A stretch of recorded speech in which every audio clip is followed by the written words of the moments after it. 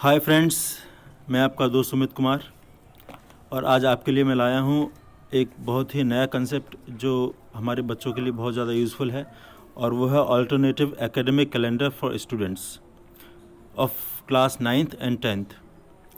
जैसा कि आप देख पा रहे हैं, यह अल्टरनेटिव एकेडमिक कैलेंडर NCERT के द्वारा बनाया गया है under guidance of minister of human resource development, government of India.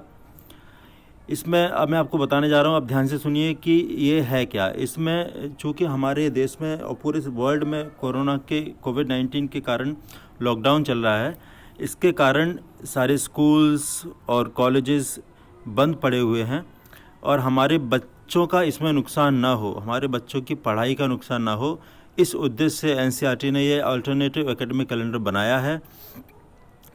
और स्टार्टिंग में initially this calendar is prepared for 4 weeks, 4 हफ्तों के लिए बनाया गया है और बाद में जिसको एक्सटेंड भी किया जा सकता है एज द सिचुएशन प्रिवेल्स। इसमें इस कैलेंडर में थीम्स, टॉपिक्स दिए गए हैं, लर्निंग आउटकम्स दिए गए हैं और उनको और सोर्सेज भी दिए गए कहाँ से इन टॉपिक्स की पढ़ाई की जाए, कहाँ से बच्चा इनके बारे में खोज करेगा, रिसर्च करेगा और अपने आंसर्स तैयार करेगा।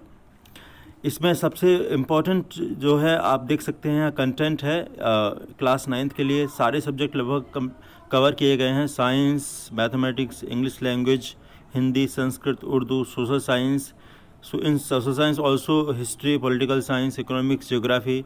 इन the same way for class 10th also these all subjects are being covered, including arts education and health and physical education भी इसमें कवर किया गया है।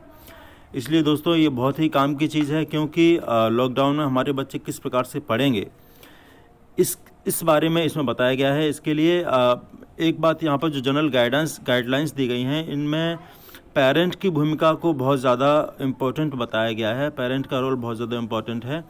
आप टीचर्स की सहायता लेकर, टीचर्स के गाइडेंस लेकर, टीचर्स का मार्गदर्शन लेकर बच्चों को मोटिवेट कर सकते हैं, बच्चों की पढ़ाई का असेसमेंट कर सकते हैं।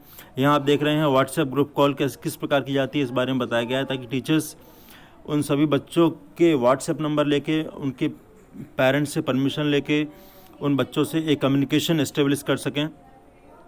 इसके अलावा जिन बच्चों के पास मल्टीमीडिया मोबाइल नहीं हैं, उनके लिए सिंपल मैसेज के द्वारा या वॉइस कॉल के द्वारा अध्यापक को उनके टच में रहना पड़ेगा और उन्हें मोटिवेट करना पड़ेगा। ये सारी एक्टिविटीज़ मैं आपको बता दूं कि सजेस्टिव हैं, प्रिस्क्रिप्टिव नहीं हैं। अपनी क्षमता, अपने समय के अनुसार फैमिली में पेरेंट्स बच्चों को ये सब करवा सकते हैं।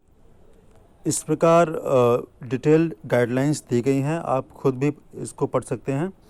इसके बाद ये देखिए बहुत इंपॉर्टेंट बात दी गई है, suggestions for engagement and assessment of students. Assessment कैसे करेंगे, उसके लिए assignment that can be given to students are multiple choice questions, short answer type questions, long answer type questions, activity based question. Learners may be motivated to solve crossword puzzles, participate in online quizzes by using Kahoot, construct model device related to concept learn. ये सब इन चीज़ों के द्वारा हम assessment भी बच्चों का कर सकते हैं। अब हम देख रहे हैं एक एग्जाम्पल के लिए क्लास 9th की साइंस दी गई। यहाँ पर उन्होंने क्या दिया है, थीम दी है इन्होंने why do we fall ill. ये हम थीम कवर करेंगे क्लास 9th के लिए। और आउटकम्स लेफ़्ट साइड के कॉलम में लिखे हुए हैं, क्या क्या बच्चों के बिहेवियर में चेंजेस आएंगे इस सबको करने के बाद, एक्सपेक्टेड बिहेवियर आउटकम्स। और इसके लिए वीक 1, वीक 2, वीक 3, वीक 4 में अलग अलग काम दिए गए हैं। जैसे एग्जाम्पल के लिए in week first, after reading link 1, try to answer the following. Explain how different modes of transmission cause different diseases. Make a table of the different kinds of diseases, their mode of transmission and the symptoms. What kinds of disease can be prevented by practicing hand washing. ये जो theme है, ये जो questions बनाए गए हैं वो इस थीम के आधार पर हैं। इसी प्रकार वीक 2 में एक्टिविटीज़ दी गई हैं, वीक 3 में दी गई हैं, वीक 4 में दी गई हैं।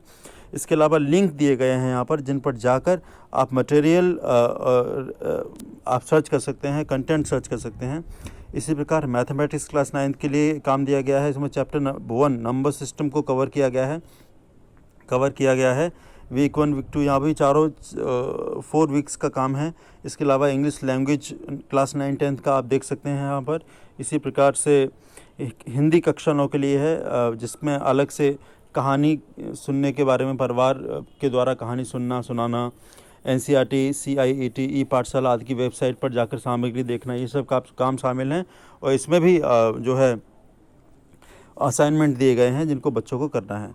कुल मिला के कहने का तात्पर्य यह है कि पेरेंट्स और टीचर्स की मदद से बच्चे इस ऑल्टरनेटिव एकेडमिक कैलेंडर को अपनाकर लॉकडाउन पीरियड में अपने टाइम का बेहतर तरीके से यूटिलाइज़ कर सकते हैं, और ताकि उनका जो कर्व है, उनका जो लर्निंग कर्व है वो ऊपर ही जाए, न कि कोरोना के कर्व को फ्लैटन होने में भी टाइम लगेगा, लेकिन इनका जो कर्व है, हमारी कोशिश ये है कि बच्चों की पढ़ाई का जो कर्व है वो ऊपर ही रहे। इसी के साथ all the best, thank you.